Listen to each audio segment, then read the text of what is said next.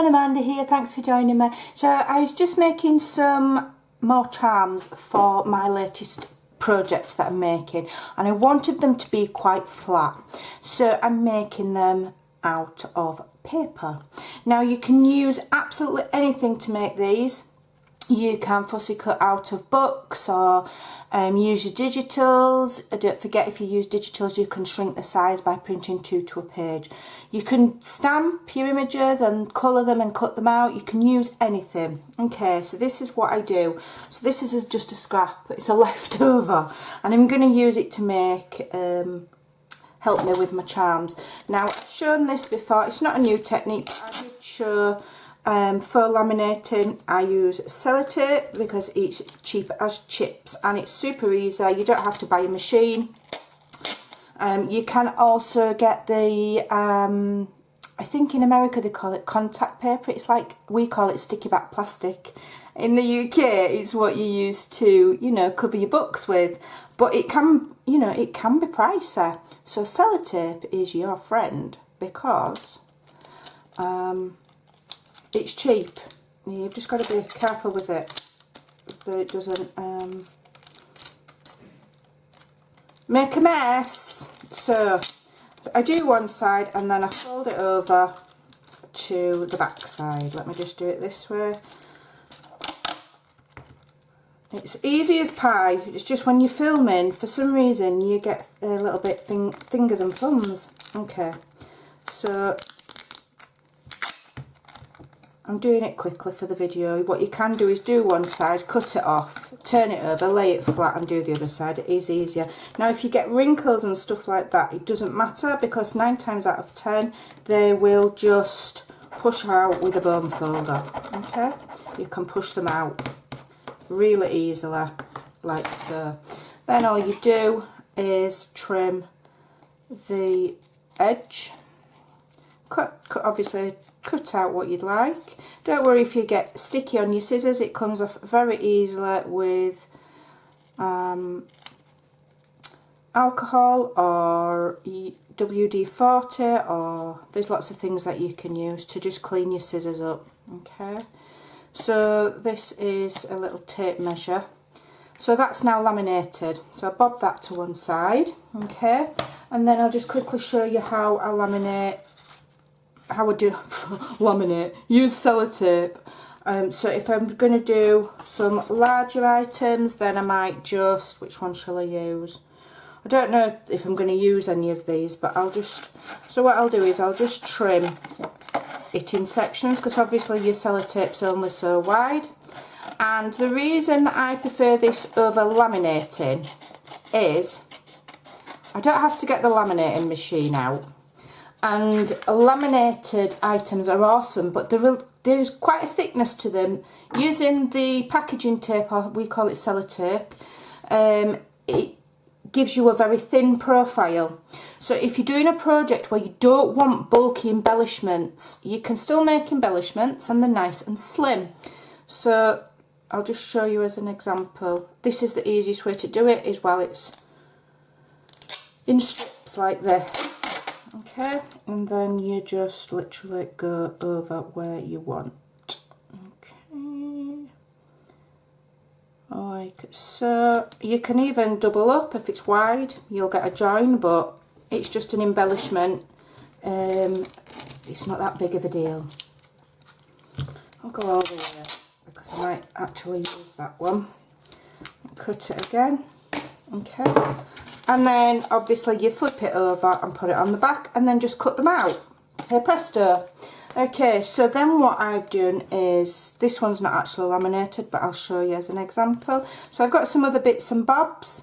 These are the size that they printed. These I've printed out to a page. I've got some little buttons, I've got some little ephemera, and just get whatever you want. I've got a small hole punch. Now this is a very tiny one. This is a 1/16 of an inch, this one. So you've got 1/4 inch, 1/8 inch, this is 1/16. If you don't have a really tiny one, just use what you've got, it doesn't matter. Or you can even just use a pokey tool and a mat if you don't have a special tool.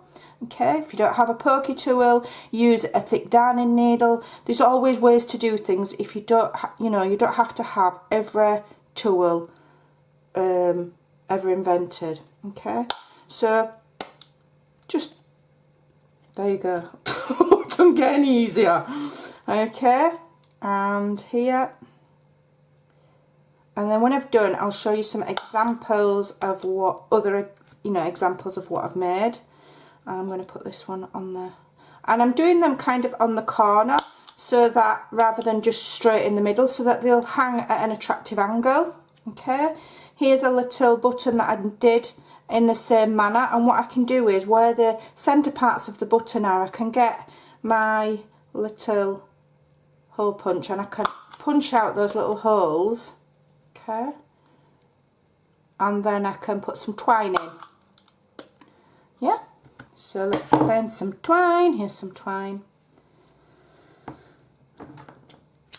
just to make my button more attractive. Okay,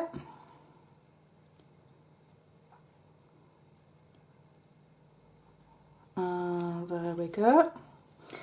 Now, you don't have to use eyelets here. It's just an embellishment. You don't need to use eyelets on these, because the eyelets will add extra bulk. Okay, so that's why we're just going with just the punched holes.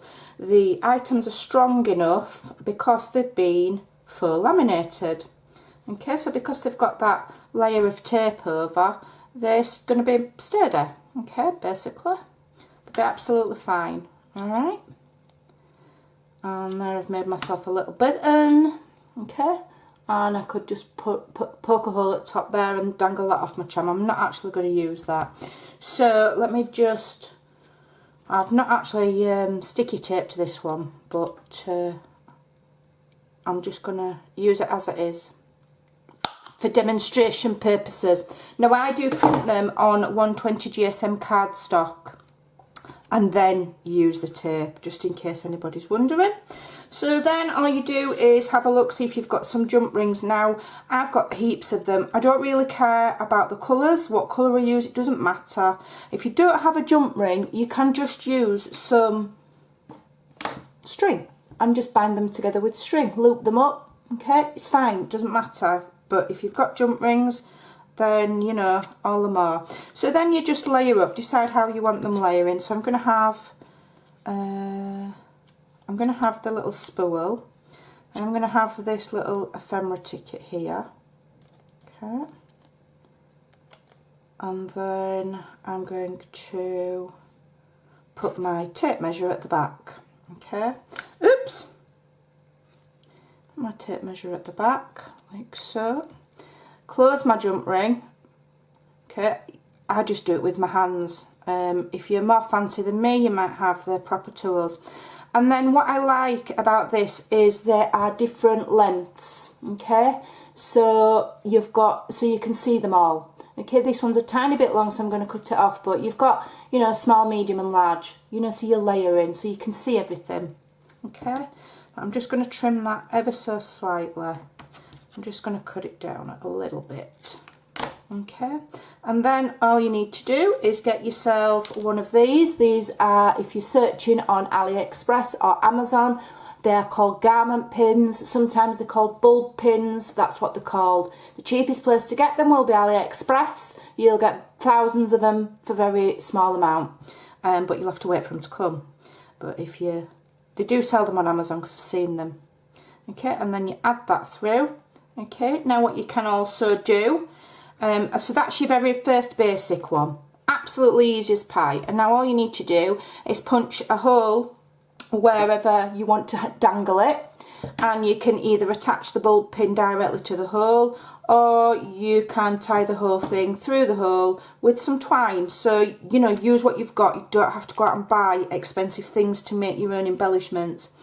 So I'm just going to show you a few other examples that I made to give you some extra ideas of how you can. That is the very bare basic. Okay, so you can step it up by adding this one here. I used a ribbon crimp there.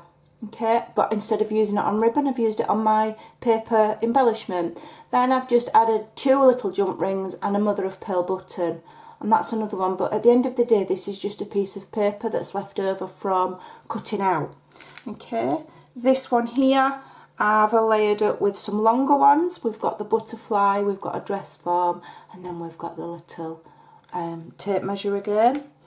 This one here is one with another button. Okay, and here's another one with another little sewing reel, some just paper ephemera, just some measuring tape. So that's how you can make sewing theme embellishments for your journals without them being bulky. Now obviously if you don't mind them being bulky, you can add things like little metal charms as well if you have those in your stash, but it's not essential because these are going to look awesome in your journal. I hope that's given you some ideas of how you can make some flat embellishments for your journals with just what you've got at home. Thanks for watching, take care, and I'll see you soon. Bye.